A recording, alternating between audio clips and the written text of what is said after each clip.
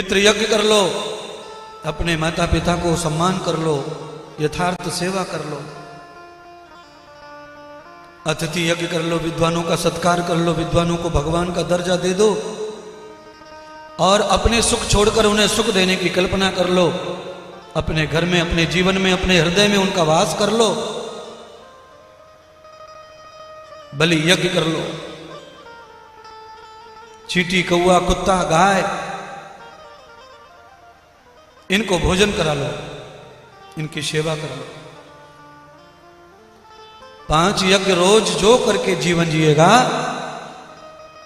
देखते देखते व्यापार हवा में उड़ने लगेगा। उद्योगपति बन जाएंगे, गांवपति बन जाएंगे, परमात्मा के विश्वामित्र को धारण कर लोगे, ऐश्वर्य के पति बन जाओगे, आयु, विद्या, यशो, बलम, ये सब के पति बन जाओगे, स्वामी बन जाओगे।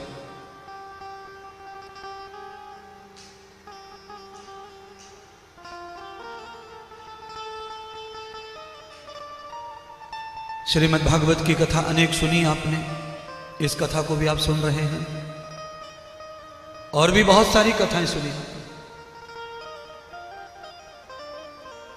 पर यहां सिरसागंज में जो कथा चल रही है ये जीवन दायिनी है, विचार दायिनी है, ये कर्म सिखाती है, जीवन सिखाती है। और जहां भी आप कथा सुनते हैं वो भी शिक्षा देते हैं, पर वो पुण्य की कथा है। पुण्य की झोली आप भर लेते हैं, पर याद रखना पुण्य भी आदमी को तब ही फलित और सुखी करता है जब आदमी का विचार अच्छा होता है, जीवन अच्छा जीने की कला होती है। न जाने संसार में सिरसागंज में कितने लोगों के पास पुण्य है, और जिनके पास पुण्य होता है उनके पास में फ्रिज होता है, एसी होता है, कूलर होता है, रिमोट होता है, टीवी होता है, उनके पास में रोज धन का आगमन होता है, उनके घर में मार्बल टाइल्स लगी हैं, उनके घर में झाड़ू पोछे वाले आते हैं, नौकर चाकर होते हैं, ये ही है पुण्य का फल। पर ऐसे घरों में भी बीमारियां ही बीमारियां, क्लेश ही क्लेश है, दुख ही दुख है। और ये सब क्यों है? इसका कारण है पुण्य तो है पर सद्विचार नहीं है, सत्संग नहीं है। मैं हर शहर में जाता हूं, एक भी दिन बिना खाली किए सत्संग रोज चलता रहता है मेरा। मैं कभी रेस्ट वेस्ट नहीं करता, रोज सेवाएं करते हैं। कोई विशेष अति काम आया तो ही हम कथा को विश्राम देते हैं, उपदेश को विश्राम देते हैं। बिना राम मोहि कहां विश्राम। गोस्वामी लिखते हैं रामायण में कि राम के कार्यों के बगैर मुझे विश्राम नहीं है। काम छोड़कर आराम करने की हमारी आदत नहीं है, और आपको भी कहेंगे कि आपको भी आदत नहीं होनी चाहिए। राम जी के कार्यों को, परमात्मा के कार्यों को निरंतर आगे बढ़ाते रहो, क्योंकि परमात्मा का ही हम अंशभूत हैं और भगवान ने हमको ही अपने गुणों से सर्जित करके बनाया है।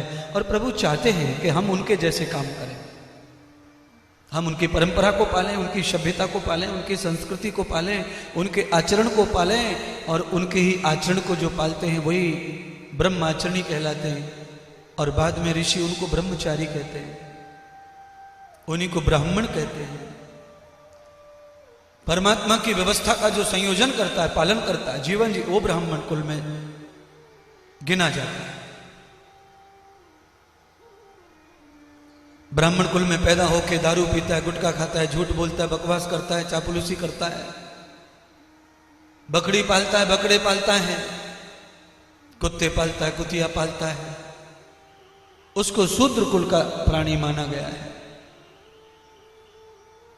क्योंकि हर वर्ण की, हर कुल की, हर व्यक्ति की अलग महिमा है। आपके घर में कितने लोग हैं, उन सबकी अलग महिमा है।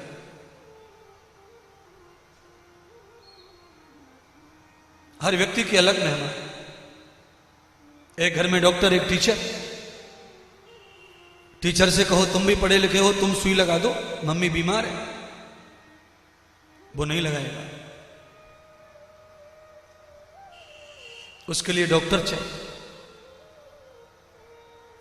दूसरा बेटा डॉक्टर है, इसलिए टीचर की महिमा खत्म हो गई, यहां डॉक्टर की महिमा बढ़ गई।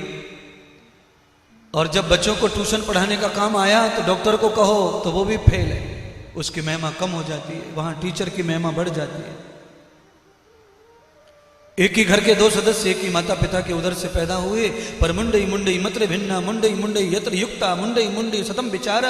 आज घर में जितने भी विचार हैं वो इसलिए हैं कि घर में सबके सिर के ऊपर बुद्धि अलग लगी है, विचार अलग ही होंगे।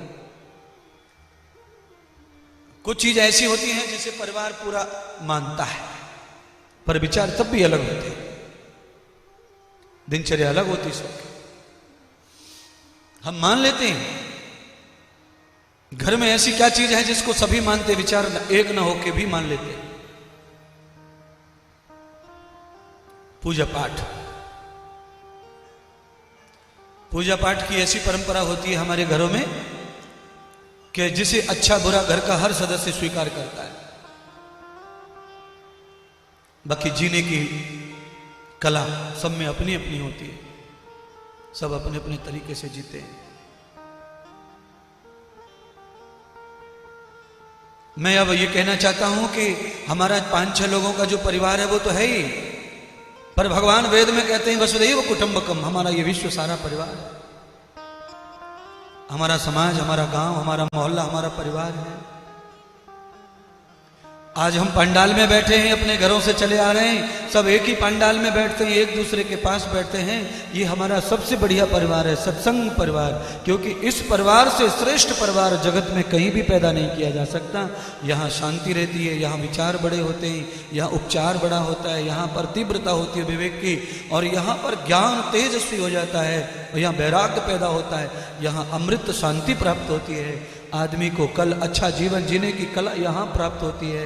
और यहाँ बिना भेद के, बिना किसी गोत्र के, जाति के, हम सब लोग एक जगह बैठ करके कथामृत का पान करते हैं, भोग करते हैं।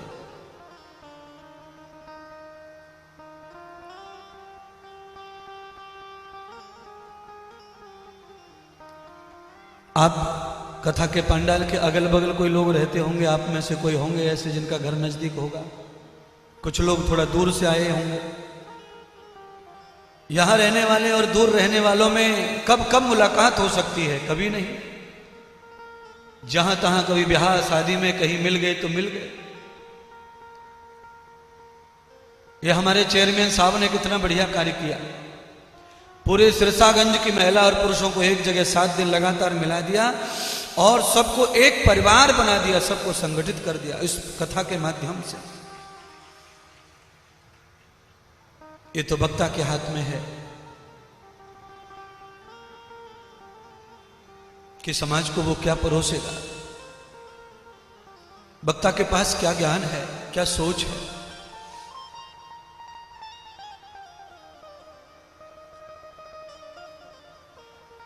सत्संग से बड़े बड़े दुर्जन सज्जन हो गए, साधु बन गए। आप अपने घर में किसी भी बिगड़े हुए आदमी को सुधार नहीं सकते, ये मेरा चैलेंज है। चाहे माँ रिकॉर्ड तोड़ ले, चाहे पिताजी रिकॉर्ड तोड़ लो, चाहे भाई रिकॉर्ड तोड़ लो, पर आप अपने ही औलाद को, अपने ही बच्चों को अगर कोई कुलक्षण आ गया है तो आप उसे लक्षणवादी नहीं बना सकते। ये गुण केवल सन्यासियों में होता है, सत्संग में होता है कि बड़े से बड़े बिगड़े हुए आदमी को इसने सज्जन बना दिया, दिव्य बना दिया, और कोई रिश्ता नहीं उनसे।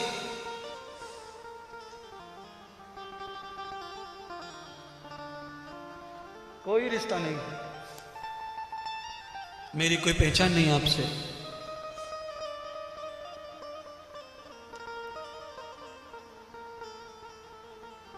बहुत लोगों में परिवर्तन आता है इससे।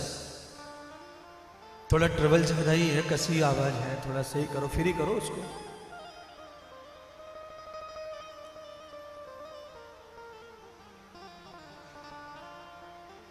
समाज में कैसेट में मैंने एक गीत सुना है, उसकी 2 लाइनें गुनगुना रहा हूं।